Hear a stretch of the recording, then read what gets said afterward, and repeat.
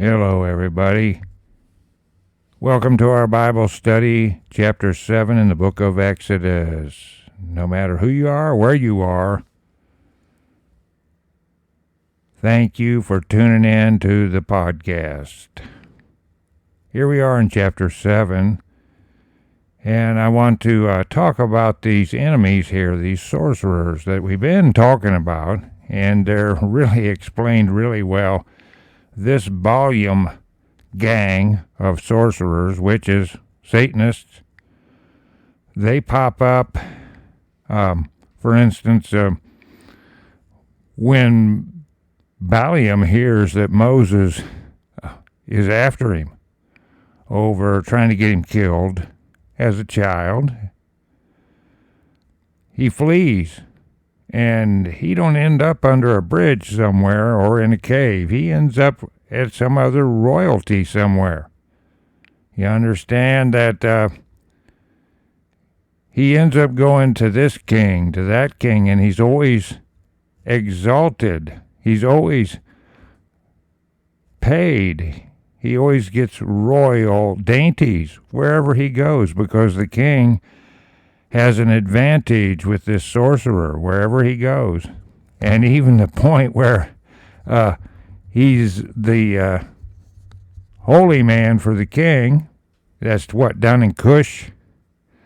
And when we go to fight a battle, Baal, I call him Baal because his name contains Baal. Balaam, see? He's named after Satan. He's named after the god that he worships. There's another name for Satan. He convinces everybody to build walls and to lock the king out. So the old king comes back. Balaam's taken over. How about that? So this goes on with these people. They pop up, and wherever they go, they're paid. Very powerful sorcerers here that are against Moses. And it's going to pop up right here in chapter 7. But the real expose of this family of sorcerers, like I said, their power, they believe, in their blood from their mingling seed with the fallen angels. And they defend their bloodlines viciously, and that hasn't changed to this very day. But Balaam here is, in this time, one of the most powerful, if not the most powerful, sorcerer documented. Okay, so here he is, not by name, but they are counseling Pharaoh, and they are matching the miracles for a certain while, okay? And finally they throw in the towel and tell Pharaoh, hey, this is the finger of God. But it doesn't matter. Pharaoh does not listen at that point. He gets his heart hardened. But that's them. That's Balaam. That's and one of his sons pops up there in the book of Numbers there with Balak. So here we have that. We have the power of Satan matching the Lord for a while here. So chapter 7, we'll get to reading here. Moses is encouraged by Pharaoh, and 7, we get his age, his rod. Now that's another subject. According to Jaser, this rod was in the Garden of Eden, and it was fixed there. You think the Lord don't know the future.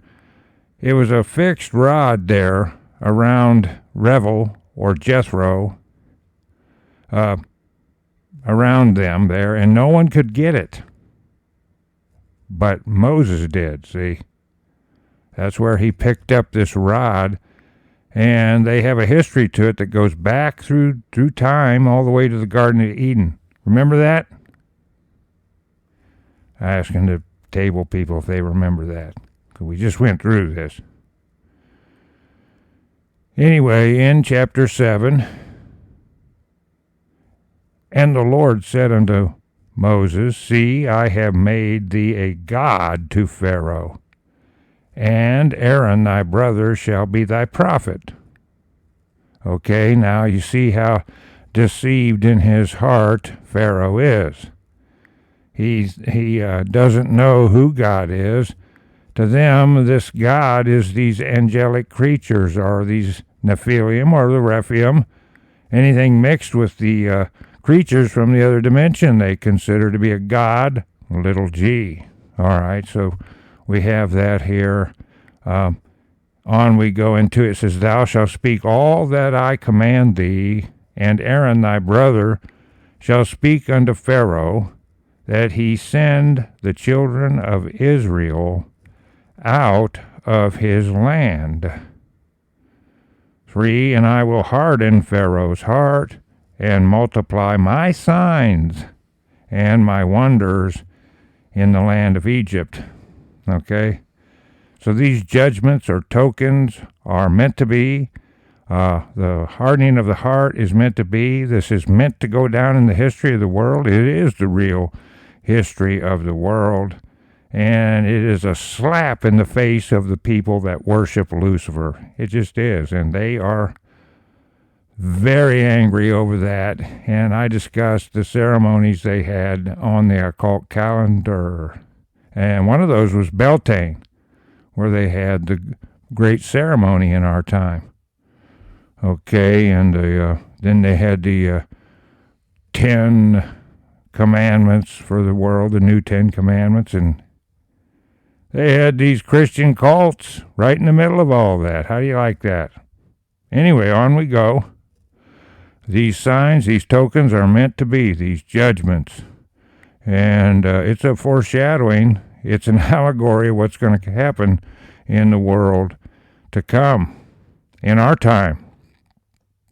In 4 it says, But Pharaoh shall not hearken unto you, that I may lay my hand upon Egypt, and bring forth mine armies, and my people, the children of Israel, out of the land of Egypt by great judgments. In 5 it says, And the Egyptians shall know that I am the Lord. Okay, that's a good thing. All right, so if you know who God is, you know to either obey or not. You're not doing it out of blind servitude to the devil. Here it says they're going to get to know me here.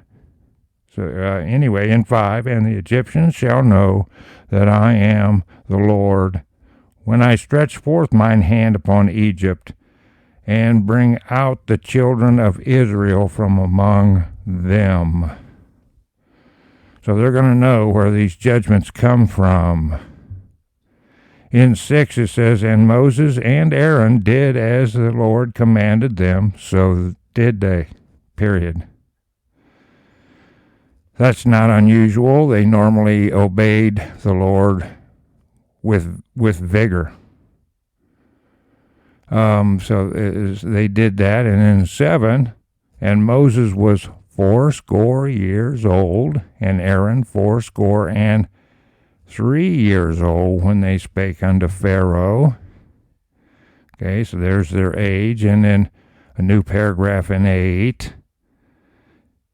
And the Lord spake unto Moses and unto Aaron, saying, When Pharaoh shall speak unto you, saying, Shew a miracle for you, then thou shalt say unto Aaron, Take thy rod, and cast it before Pharaoh, and it shall become a serpent. Period. New paragraph again in 10, it says, And Moses and Aaron went in unto Pharaoh, and they did so as the Lord had commanded.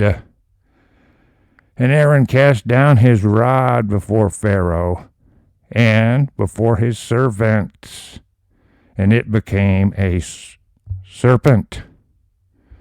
Okay, now here we get a little description of the Balaam gang, all the related sorcerers and their sons, their offspring. In 11 here it says, Then Pharaoh also called the wise men and the sorcerers, now the magicians of Egypt. They also did like manner with their enchantments. Period. Now that's not a fluffy statement there, folks. That is the power of the fallen angels right there.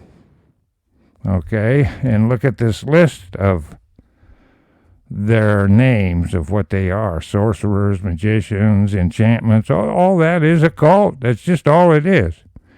It is from the other side. In 12 it says, For they cast down every man his rod, and they became serpents, plural, but Aaron's rod swallowed up their rods, period. And he hardened Pharaoh's heart, and he hearkened not unto them, as the Lord had said, period. So this was no surprise that the Egyptians didn't obey. The Lord had already told them what was going to happen. 14 is a new paragraph. And the Lord said unto Moses, Pharaoh's heart is hardened. He refuseth to let the people go. 15, Get thee unto Pharaoh in the morning. Lo, he goeth out unto the water, and thou shalt stand by the river's brink. Against he come, and the rod which was turned to a serpent shalt thou take in thine hand, and thou shalt say unto him, The Lord God of the Hebrews hath sent me unto thee, saying, Let my people go, that they may serve me in the wilderness. And behold, hitherto thou wouldest not hear. Okay, now remember, they worship the river gods. They worship the river. They worship God's handiwork. They don't worship God. Okay, so there's the problem, and that is all tied into the gods of the river and the spring rising, etc. And so a lot of their ceremonies were done down at the riverside. Okay, even the sacrifice many times gets burnt in the middle of the river or lake in the occult. The wicker man, the victim. 17, Thus saith the Lord, In this thou know that I am the Lord. Behold, I will smite with the rod that is in my hand upon the waters which are in the river, and they shall be turned to blood. Okay? Another thing about the occultists and Satanists, they drink blood, they bathe in blood, okay? They have bathtubs full of blood, so they love their blood, so they're worthy to drink blood. And again, this is a foreshadowing of what's going to happen in our time during the Great Tribulation, the 2,300-day week of years, and the 21 judgments. We're going to see this type of thing. And we're going to see this here in 18 as the fishers will mourn, the anglers will mourn as the water is spoiled and turned to blood and the fish die in our time in the tribulation. In 18, And the fish that is in the river shall die, and the river shall stink, and the Egyptians shall loathe to drink of the water of the river. 19, new paragraph again. And the Lord spake unto Moses, saying unto Aaron, Take thy rod, stretch out thine hand upon the waters of Egypt, upon their streams, upon their rivers, and upon their ponds, and upon all their pools of water, that they may become blood, and that there may be blood throughout all the land of Egypt, both in vessels of wood and in vessels of stone. Okay, so there they are. They love their blood. They love drinking blood, and they're worthy of this punishment, of this judgment. 20, and Moses and Aaron did so as the Lord commanded, and he lifted up the rod and smote the waters that were in the river in the sight of Pharaoh, and in the sight of his servants, and all the waters that were in the river were turned to blood. Period. Foreshadowing an allegory of the great tribulation to come. 21, and the fish that was in the river died, and the river stunk, and the Egyptians could not drink the water of the river, and there was blood throughout all the land of Egypt. 22, and the magicians, capital M, of Egypt did so with their enchantments, and Pharaoh's heart was hardened, neither did he hearken unto them, as the Lord had said.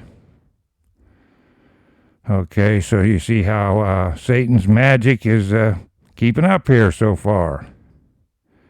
23, and Pharaoh turned and went into his house, neither did he set his heart to this also.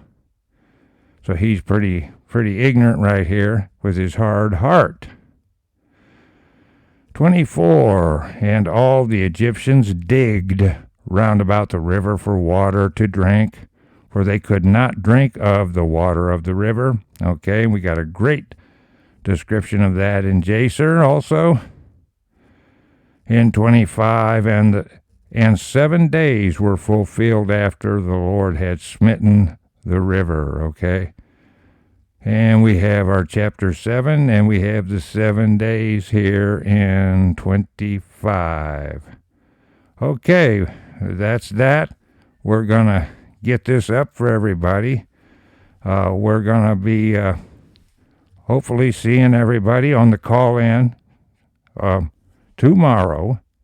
And we're going to be on the hot topic there of the great prophecies in the Bible and their handlers that are fulfilling prophecy for the world government, and they don't even know what they're doing. They have no idea that in their evil that they are fulfilling all God's prophecies.